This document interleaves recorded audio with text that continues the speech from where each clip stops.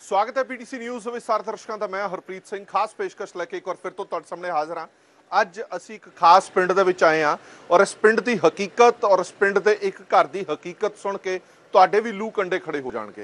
ये पंजाब के मालवे का एक खास पिंड है जिसका नाम है महराज। महराज दे विच स्थित एक अजिहे घर दे विच आए हाँ जिहड़ा हुण कहण नूं घर नहीं है, एक खंडर है। ये वो घर है जिसनूं तुसीं खंडर कह सकते हो, जिहड़ा पूरी तरह दे नाल खंडर बन गया।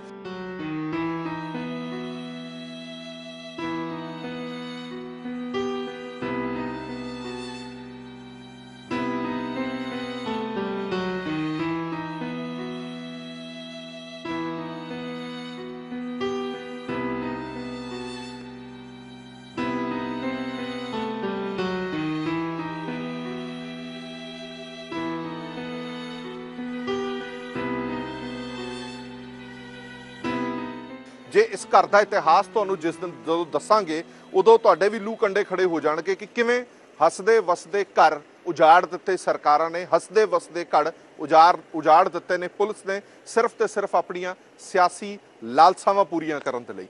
आओ तुहानूं भी पहलां ये खंडर रूपी घर दिखा दिंदे हां। ये किसे वेले हसदा वसदा घर सी और यह कहा जाता है कि पिंड दे विच सब तो वधिया ते शानदार घर हुंदा सीगा किसे वेले, जो अज पूरी तरह दे नाल खंडर बन चुके, पूरी तरह दे नाल खंडर बन चुके। जदों कहंदे ने कि लोकां दे कोल भले वक्तां दे विच साइकिल भी नहीं हुंदे सी, उदों इस घर दे विच बुलेट मोटरसाइकिल खड़दा हुंदा सी। जदों लोकां दे कोल खाण दे लई ढंग दे नाल रोटी भी नहीं हुंदी सी, उदों इस घर दे विच गड्डियां खड़दियां सी। आओ तुहानूं थोड़ा पिछोकड़ भी इस घर दा दिखा दिंदे आ और ये घर किस नाल रिलेटेड है वो तुहानूं बाद च दसांगे। ये मारुति 800 गड्डी भी खड़ी है इत्थे और ये तुसी उजाड़ देख रहे हो, ये हसदा वसदा घर सीगा, ये बिल्डिंग बनी हुई सी पर इस घर नूं पूरी तरह दे नाल खंडर बना दिता गया, उजाड़ दिता गया। जदों कहंदे ने कि घर दे विचों घर दे जी ही ना रहण तां ओह घर काहदा, फिर वो खंडर दे विच तब्दील हो जांदा। हुण तुसीं सोच रहे होवोगे कि ये किस दा घर है, असीं तुहानूं क्यों ये घर दिखा रहे हां, असीं तुहानूं क्यों ये पिछोकड़ दिखा रहे हां। हाल ही दे विच साका नीला तारा की बरसी असीं मना रहे हां, 38ਵੀਂ बरसी मना रहे हां। काले दौर दे विचों पंजाब निकल रहा सीगा, माड़े वक्त दे विचों पंजाब निकल रहा सीगा। ये सबूत ने उस माड़े दौर दे, ये सबूत ने उस काले दौर दे कि किवें हसदे वसदे घर ने जिहड़े उस वेले दीयां सरकारां, उस वेले दे पुलिस दे प्रशासन ने उजाड़ के रख दिते। महराज पिंड दे विच ये हसदा वसदा घर सीगा, बहुत शानदार तरीके नाल बनिया होया घर सीगा जिसनूं पूरी तरह दे नाल बर्बाद कर दिता गया, नेस्तो नाबूद कर दिता गया। एक घर किस दा, ये एक सवाल तुहाडे ज़हन दे विच जरूर खड़ा हो रहा होएगा। एक घर है कमलदीप कौर राजोआणा दा, जिहड़े संगरूर लोक सभा जिमनी चोण दे विच उम्मीदवार ने, श्रोमणी अकाली दल बसपा ते पंथक धिरां दे उम्मीदवार ने। यह हसदा वसदा घर उन्हां दा सीगा जो पूरी तरह दे नाल उजाड़ दिता गया। राजोआणा साहब दे नाल इस घर दा की लेना देना, की लिंक है, वह भी तुहानूं दसांगे। साडे नाल कमलदीप कौर राजोआणा जी भी मौजूद ने। वाहिगुरू जी का खालसा, वाहिगुरू जी की फतेह। थोड़ी जी जानकारी तुहानूं दस दईए कि इस घर दे विच आके इंटरव्यू करन दा मकसद की है, क्योंकि बहुत सारे लोगों को इतिहास नहीं पता सीगा। बहुत सारे लोगों को ये पता होना जरूरी है कि राजोआणा परिवार की की देन रही है, राजोआणा परिवार की की कुर्बानी रही है, कमलदीप कौर की की कुर्बानी रही है, ये समझना बड़ा जरूरी है। जदों ਵੱਖ-ਵੱਖ पंथक धिरां नूं, ਵੱਖ-ਵੱਖ नानक नाम लेवा सिखां नूं अपील की जाती है कि इस वार हथ मजबूत करो बंदी ਸਿੰਘਾਂ की रिहाई के लिए, तो यह तुहानूं पता होना चाहिए, ये तुहानूं समझ होनी चाहिए है कि क्यों ये इस तरह की अपील कर रहे हैं। ये पंथ नूं, कौम नूं, इस परिवार की की देना है, यह समझना बड़ा जरूरी है। इसे करके बंदी ਸਿੰਘਾਂ की रिहाई के लिए कल्ले एक दिन नहीं, सारे बंदी ਸਿੰਘਾਂ की रिहाई के लिए कहा जाता कि वध तो वध हथ मजबूत किए जाण तां जो बंदी ਸਿੰਘਾਂ की आवाज़ है लोक सभा तक पहुँच सके। पर उस तो पहला यह समझना बड़ा जरूरी है कि कमलदीप कौर दे नाल की वापरिया, किहड़े ਉਹ तशद्दद ਦੇ ਵਿੱਚੋਂ निकले, किवें राजोआणा साहब ਦੇ ਨਾਲ मुलाकात हुई, राजोआणा साहब बलवंत सिंह राजोआणा किवें इन्हां दे भरा बने। मैं सब तो पहले थोड़े तो जानना चाहना, जो असीं ये घर देख रहे हैं, मतलब इस घर की बनतर देख के लगता कि किसी वेले एक घर बड़ा शानदार रहा होना, जिवें लैंटर पिया होया, चंगियां दीवारां बणीਆਂ होईयां ने, पर अज ये पूरी तरह खंडर किवें हो गया? बिल्कुल जी, हसदा बसदा घर सी साडा। ये साडे पूरा परिवार है, मम्मी डैडी साडे, ये बड़े भैन जी ਜਿਹੜੇ कि ਵਿਆਹੇ ਹੋਏ ਸੀ ਕੈਨੇਡਾ, ਵਿਆਹ ਕੀਤਾ ਸੀ ਇਹਨਾਂ ਦਾ। ਇਹ ਸਾਡੇ ਵੀਰ ਜੀ ਵੱਡੇ 18 ਸਾਲ ਦੇ ਸੀ ਜੀ। ਬਸ ਤੁਹਾਨੂੰ ਕੀ ਕਹੀਏ ਜੀ, ਜਦੋਂ 84 ਦਾ ਹੋਇਆ, ਅਸੀਂ ਤਾਂ ਇਹ ਕਹਿੰਦੇ ਹਾਂ 84 ਚ ਸ਼੍ਰੀ ਅਕਾਲ ਤਖਤ ਸਾਹਿਬ ਨੂੰ ਜਿਵੇਂ ਹੀ ਜ਼ਾਲਮਾਂ ਨੇ ਢਹਿ ਢੇਰੀ ਕੀਤਾ, ਸਾਡੇ ਰੂਹਾਨੀਅਤ ਦੇ ਕੇਂਦਰ ਤੇ ਹਮਲਾ ਕੀਤਾ, ਤਾਂ ਸਾਡੇ ਪਰਿਵਾਰਾਂ ਚੋਂ ਜਿਵੇਂ ਹਜ਼ਾਰਾਂ ਸਿੱਖ ਨੌਜਵਾਨਾਂ ਨੇ ਸ਼ਹਾਦਤਾਂ ਦਿੱਤੀਆਂ, ਉਹਦੇ ਨਾਲ ਸਾਡਾ ਪਰਿਵਾਰ ਵੀ ਸੀਗਾ ਜੀ। ਮਤਲਬ ਜਿਵੇਂ ਮੈਂ ਤੁਹਾਨੂੰ ਇਹ ਕਹਿਣਾ ਚਾਹੂੰਗੀ ਇੱਥੇ ਵੀ ਜਿਹੜੇ ਸ਼੍ਰੀ ਅਕਾਲ ਤਖਤ ਸਾਹਿਬ ਜੀ ਢਹਿ ਢੇਰੀ ਦਾ ਬਦਲਾ ਲੈਣ ਲਈ ਤੁਰੇ, ਵੀ ਇਕੱਲਾ ਅਕਾਲ ਤਖਤ ਨਹੀਂ, ਉਹਨਾਂ ਦੇ ਘਰਾਂ ਦਾ ਵੀ ਇਹ ਹਾਲ ਕਰਤਾ ਜੀ। ਇਹ ਇੱਥੇ ਇਸ ਘਰ ਦੇ ਵਿੱਚ ਤੁਹਾਡੇ ਮਦਰ, ਫਾਦਰ, ਸਿਸਟਰ ਤੇ ਬ੍ਰਦਰ ਰਹਿੰਦੇ ਸੀਗੇ। ਇਹ ਜੋ ਹੁਣ ਤੱਕ ਇਤਿਹਾਸ ਦੇਖਿਆ, ਇਹ ਪਤਾ ਲੱਗਿਆ ਕਿ ਇਸ ਘਰ ਦੇ ਵਿੱਚ ਹੀ ਤੁਹਾਡੀ ਸਿਸਟਰ ਨੂੰ ਗੋਲੀ ਮਾਰ ਦਿੱਤੀ ਗਈ। ਹਾਂਜੀ, ਇੱਥੇ ਹੀ ਮੇਰੇ ਜਦੋਂ ਸਿਸਟਰ ਸੀ ਜੀ, ਵਿਆਹ ਇਹਨਾਂ ਦਾ ਕੋਰਟ ਮੈਰਿਜ ਹੋਣੀ ਸੀ, ਕੈਨੇਡਾ ਜਾਣ ਲਈ ਵਿਆਹ ਹੋਇਆ ਹੋਇਆ ਸੀ, ਕੋਰਟ ਮੈਰਿਜ ਕਰਨੀ ਸੀ। ਕੋਰਟ ਮੈਰਿਜ ਕਰਾ ਕੇ ਬਾਹਰ ਨਿਕਲੇ, ਸਿਵਲ ਕੱਪੜਿਆਂ 'ਚ ਪੁਲਿਸ ਨੇ ਚੱਕ ਲਏ ਸੀ ਜੀ ਸਾਰੇ ਪਰਿਵਾਰ ਤੇ। ਤੁਸੀਂ ਇਹ ਦੇਖੋ ਕਿ ਮੇਰੇ ਫਾਦਰ ਸਾਹਿਬ ਐਕਸ ਆਰਮੀ ਮੈਨ ਨੇ, ਜਿਹੜੀ 62, 65, 71 ਦੀਆਂ ਜੰਗਾਂ ਹੋਈਆਂ, ਤਿੰਨੇ ਜੰਗਾਂ 'ਚ ਫਾਦਰ ਸਾਹਿਬ ਕਹਿੰਦੇ ਮੈਂ ਸੀ।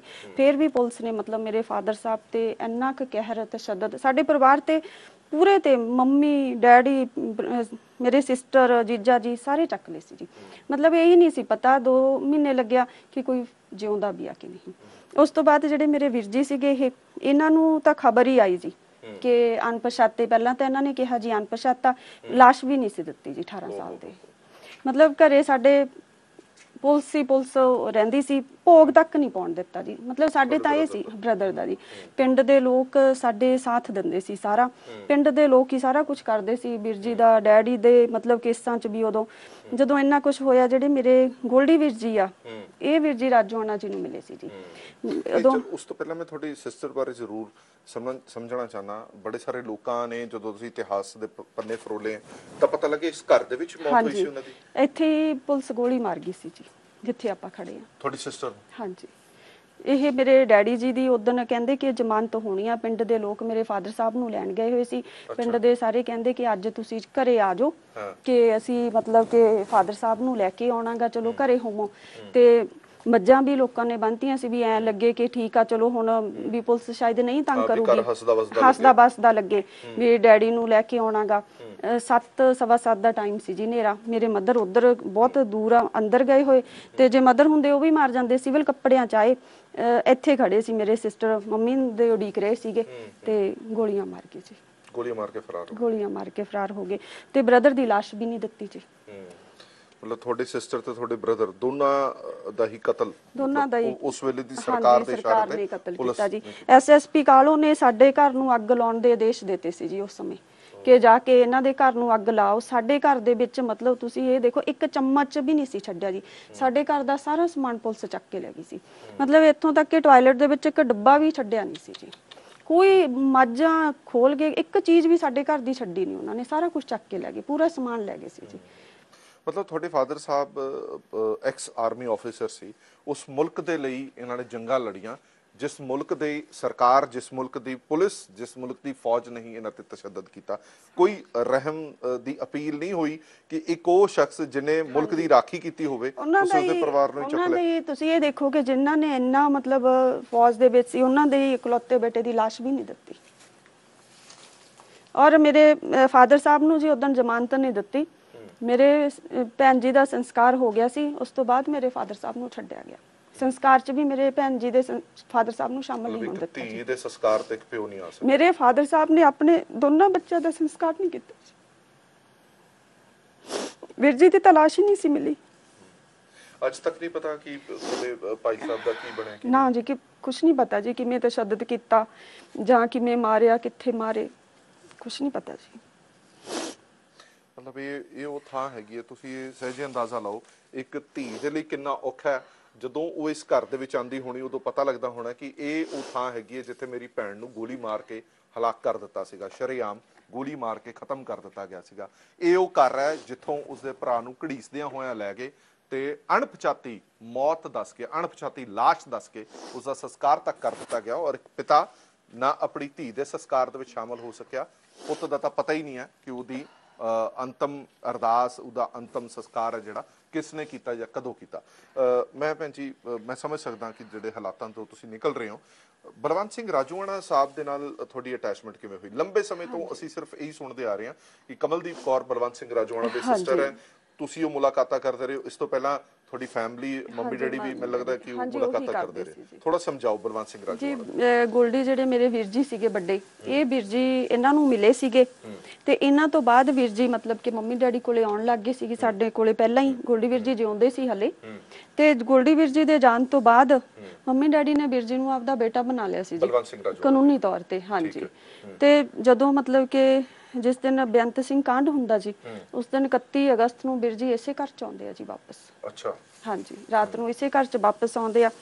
ਬੇਅੰਤ ਕੇਸ ਦੇ ਵਿੱਚ ਵੀ ਸਾਨੂੰ ਸਾਰੇ ਪਰਿਵਾਰ ਨੂੰ, ਮੰਮੀ ਡੈਡੀ ਮੈਂ ਹੀ ਬਚੇ ਸੀ ਅਸੀਂ, ਵੀਰ ਜੀ ਕੇਸ ਚ ਆ ਗਏ ਤੇ ਸਾਡੇ ਤਿੰਨਾਂ ਤੇ ਮਤਲਬ ਮੇਰੇ ਡੈਡੀ ਤੇ ਅੰਤਾਂ ਦਾ ਤਸ਼ੱਦਦ ਹੋਇਆ ਜੀ ਉਸ ਦਿਨ। ਤੁਸੀਂ ਇਹ ਨਹੀਂ ਦੇਖਿਆ ਕਿਸੇ ਨੇ ਪੁੱਛਿਆ ਕਿ ਵੀ ਇਹ ਆਰਮੀ ਮੈਨ ਆ ਜਾਂ ਕੌਣ ਆ, ਮਤਲਬ ਉਹ ਤਸ਼ੱਦਦ ਮੇਰੇ ਫਾਦਰ ਸਾਹਿਬ ਤੇ ਕੀਤਾ ਕਿ ਮੇਰੇ ਫਾਦਰ ਸਾਹਿਬ ਨੇ ਉਹਨਾਂ ਨੂੰ ਇਹ ਕਿਹਾ ਸੀ ਮੈਨੂੰ ਗੋਲੀ ਮਾਰ ਦਿਓ। ਮਤਲਬ ਪਹਿਲਾਂ ਆਪਣਾ ਧੀ ਪੁੱਤ ਗਵਾ ਲਿਆ, ਉਸ ਤੋਂ ਬਾਅਦ ਵੀ ਟਲੇ ਨਹੀਂ, ਉਸ ਤੋਂ ਬਾਅਦ ਵੀ ਤਸ਼ੱਦਦ ਉਹਨਾਂ ਤੇ ਹੁੰਦਾ। ਬਹੁਤ, ਸਭ ਤੋਂ ਵੱਧ ਤਸ਼ੱਦਦ ਮੇਰੇ ਫਾਦਰ ਸਾਹਿਬ ਨੇ ਸਹਿਨ ਕੀਤਾ ਜੀ, ਬਾਰ-ਬਾਰ ਕੀਤਾ, ਬਾਰ-ਬਾਰ ਪੁਲਿਸ ਨੇ ਇੰਟਰੋਗੇਟ ਕੀਤਾ ਮੇਰੇ ਫਾਦਰ ਸਾਹਿਬ ਨੂੰ। ਨਹੀਂ, ਪਰ ਤੁਸੀਂ ਕਿਤੇ ਪੁਲਿਸ ਦੇ ਸਾਹਮਣੇ ਇਹ ਜ਼ਿਕਰ ਨਹੀਂ ਕੀਤਾ ਜਾਂ ਸੀਬੀਆਈ ਕੋਰਟ ਦੇ ਵਿੱਚ ਜ਼ਿਕਰ ਨਹੀਂ ਕੀਤਾ ਕਿ ਤੁਹਾਡਾ ਰਾਜੋਆਣਾ ਸਾਹਿਬ ਦੇ ਨਾਲ ਬੜੇ ਸਾਰੇ ਲੋਕ ਕਹਿੰਦੇ ਨੇ ਕਿ ਖੂਨ ਦਾ ਰਿਸ਼ਤਾ ਨਹੀਂ ਹੈ, ਪਰ ਮੈਨੂੰ ਤਾਂ ਲੱਗਦਾ ਰਿਸ਼ਤਾ ਖੂਨ ਤੋਂ ਵੀ ਵੱਧ ਹੈ।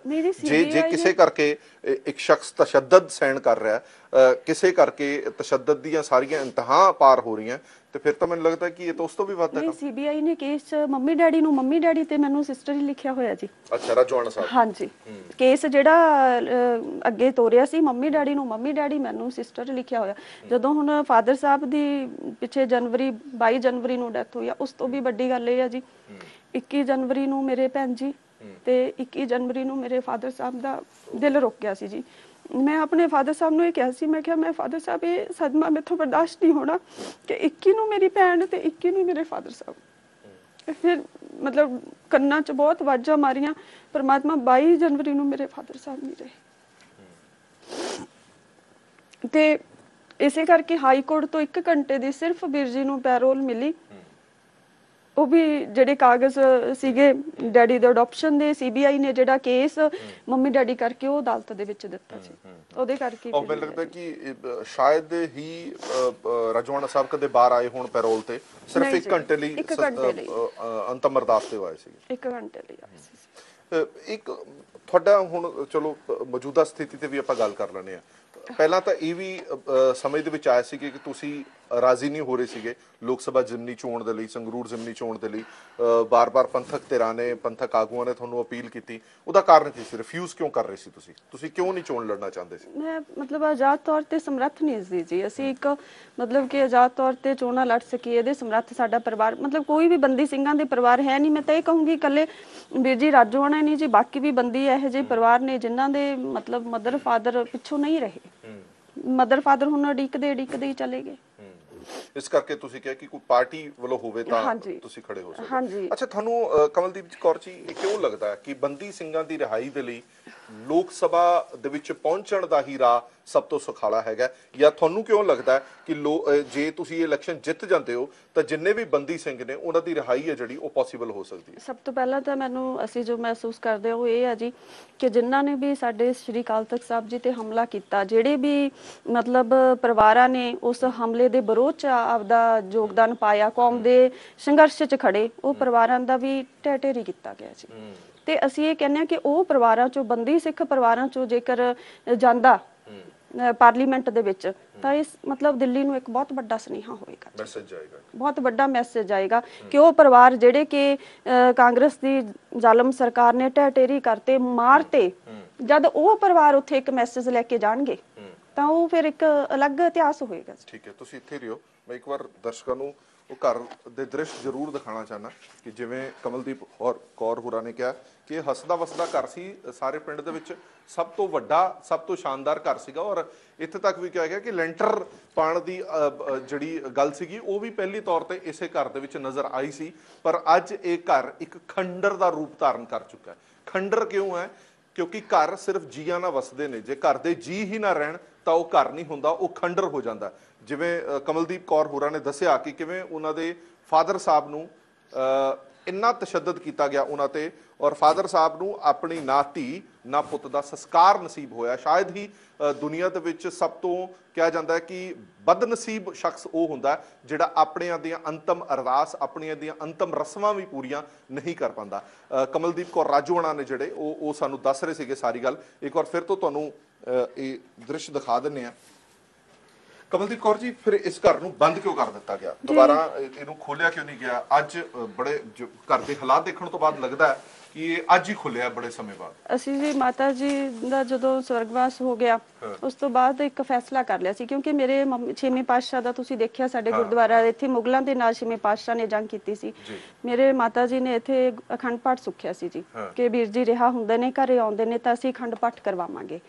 ਤੇ ਸਾਡੇ ਘਰੇ ਜੀ ਜਦੋਂ ਇੱਥੇ ਇਸ ਕਮਰੇ 'ਚ ਗੁਰੂ ਗ੍ਰੰਥ ਸਾਹਿਬ ਜੀ ਦਾ ਪ੍ਰਕਾਸ਼ ਸੀਗਾ ਜੀ, ਤੇ ਜਦੋਂ ਮਦਰ ਫਿਰ ਅਸੀਂ ਇੱਕੋ ਹੀ ਫੈਸਲਾ ਕੀਤਾ ਸਾਰੇ ਪਰਿਵਾਰ ਨੇ, ਡੈਡੀ ਨੇ, ਕਿ ਅਸੀਂ ਉਹਨਾਂ ਚਿਰ ਇਸ ਘਰੇ ਨਹੀਂ ਆਉਣਾ ਜੀ ਜਿੰਨਾ ਚਿਰ ਵੀਰ ਜੀ ਨਹੀਂ ਆਉਂਦੇ।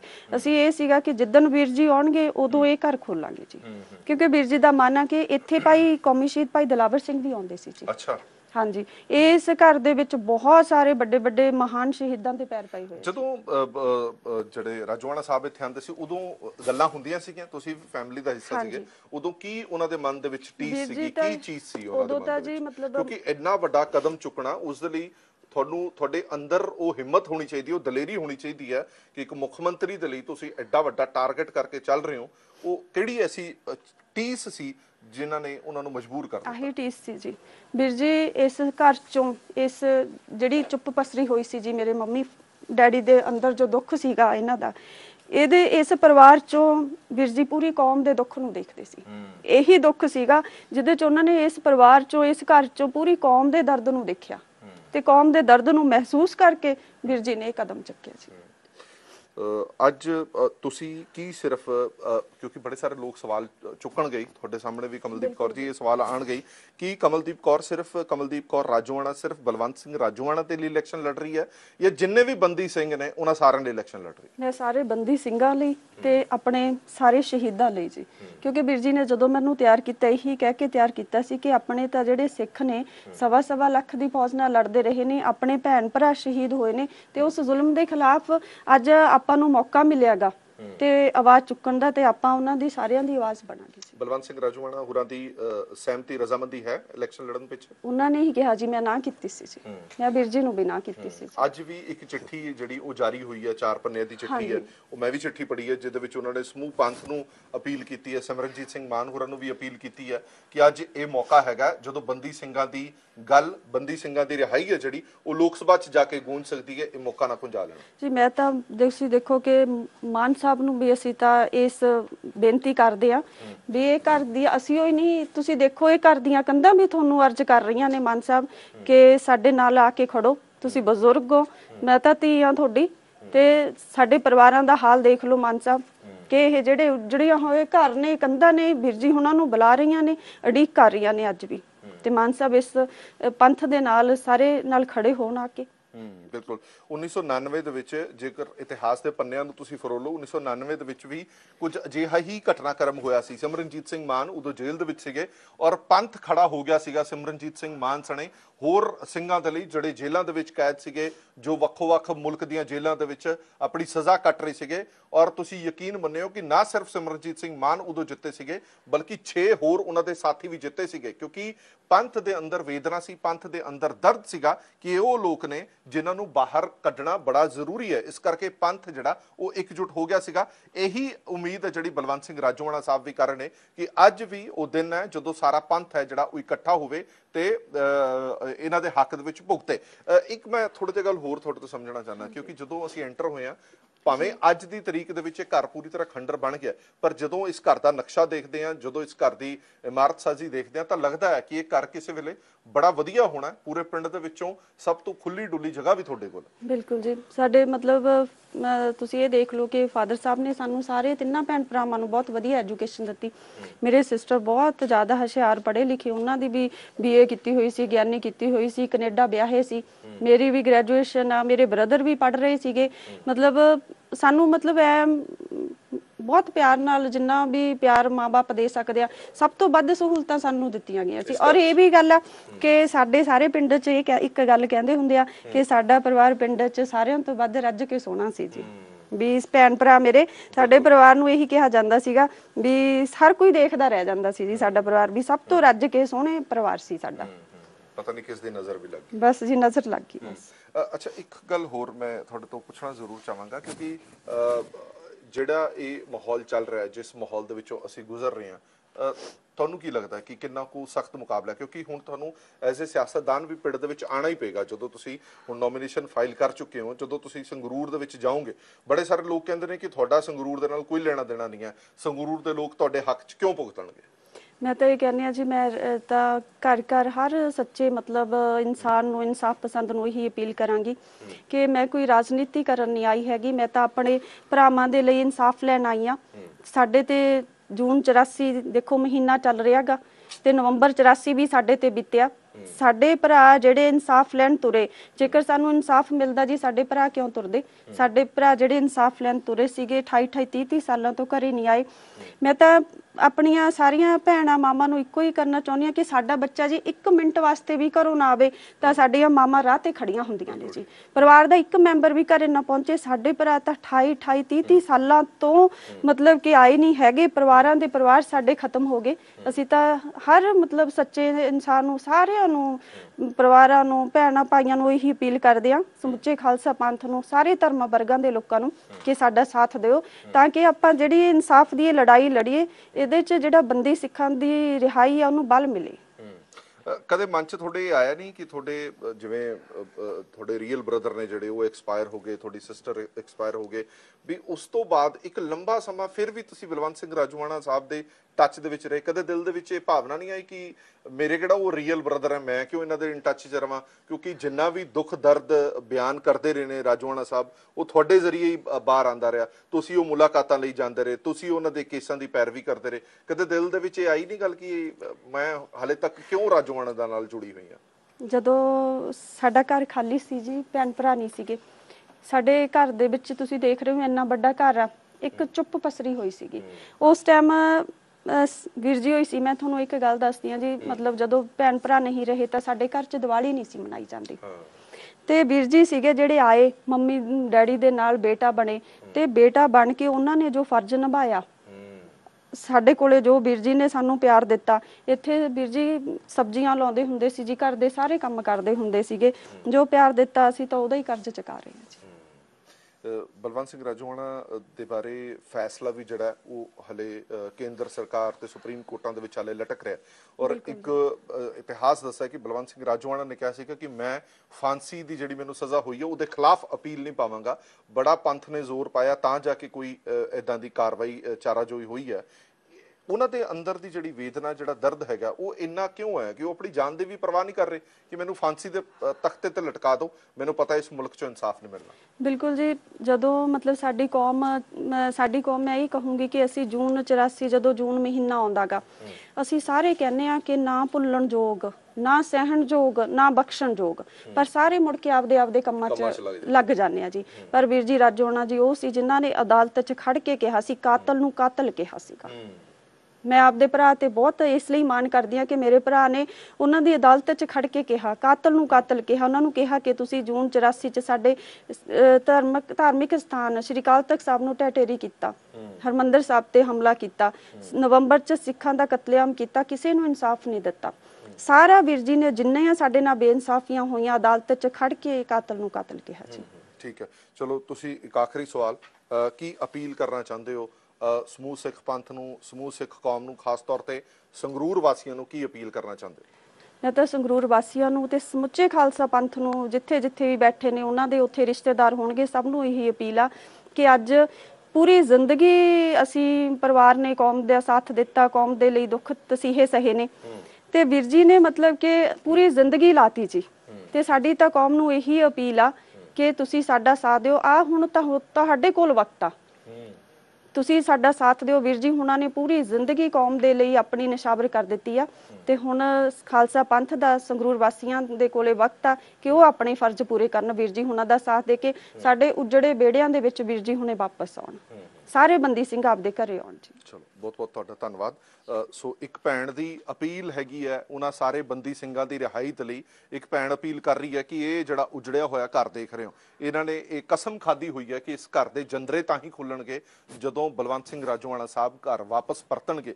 ਇਹ ਅਸੀਂ ਜ਼ਬਰਦਸਤੀ ਆ ਕੇ ਘਰ ਖਲਾਇਆ ਕਿ ਅਸੀਂ ਇਤਿਹਾਸ ਦੇ ਉਹਨਾਂ ਪੰਨਿਆਂ ਨੂੰ ਫਰੋਲ ਕੇ ਲੋਕਾਂ ਦੇ ਸਾਹਮਣੇ ਤਾਂ ਰੱਖੀਏ ਕਿ ਇਤਿਹਾਸ ਕੀ ਰਿਹਾ, ਕਿੰਨਾ ਜ਼ੁਲਮ ਹੋਇਆ। ਇੱਕ ਵਾਰ ਫਿਰ ਤੋਂ ਤੁਹਾਨੂੰ ਇਸ ਘਰ ਦੇ ਦ੍ਰਿਸ਼ ਦਿਖਾ ਦਿੰਦੇ ਆ। ਇਹ ਮੇਨ ਐਂਟਰੈਂਸ ਹੈਗੀ ਹੈ ਘਰ ਦੀ, ਔਰ ਇਹ ਘਰ ਤੁਸੀਂ ਅੰਦਾਜ਼ਾ ਲਾ ਸਕਦੇ ਹੋ ਕਿ ਕਿੰਨੇ ਸਾਲਾਂ ਤੋਂ ਬੰਦ ਪਿਆ। ਇਹਦੇ ਪਿੱਛੇ ਕਾਰਨ ਇਹਨਾਂ ਵੱਲੋਂ ਇਹੀ ਦੱਸਿਆ ਗਿਆ ਕਿ ਅਸੀਂ ਇਹ ਘਰ ਤਾਂ ਹੀ ਖੋਲਣਾ ਜਦੋਂ ਬਲਵੰਤ ਸਿੰਘ ਰਾਜੋਆਣਾ ਸਾਹਿਬ ਘਰ ਦੇ ਵਿੱਚ ਵਾਪਸ ਆਣਗੇ। ਇਹ ਜਿਹੜਾ ਉਜਾੜ ਤੁਹਾਨੂੰ ਦਿਖ ਰਿਹਾ, ਇਹ ਉਜਾੜ ਕਿਸੇ ਵੇਲੇ ਹੱਸਦਾ ਵਸਦਾ ਘਰ ਪਰਿਵਾਰ ਸੀਗਾ। ਇਹ 2 ਕਮਰੇ ਸੀਗੇ ਇਸ ਘਰ ਦੇ ਵਿੱਚ। ਆ ਕਿਚਨ ਸੀ ਭੈਣ ਜੀ ਤੁਹਾਡੀ? ਇਹ ਰਸੋਈ ਸੀ ਤੁਹਾਡੀ?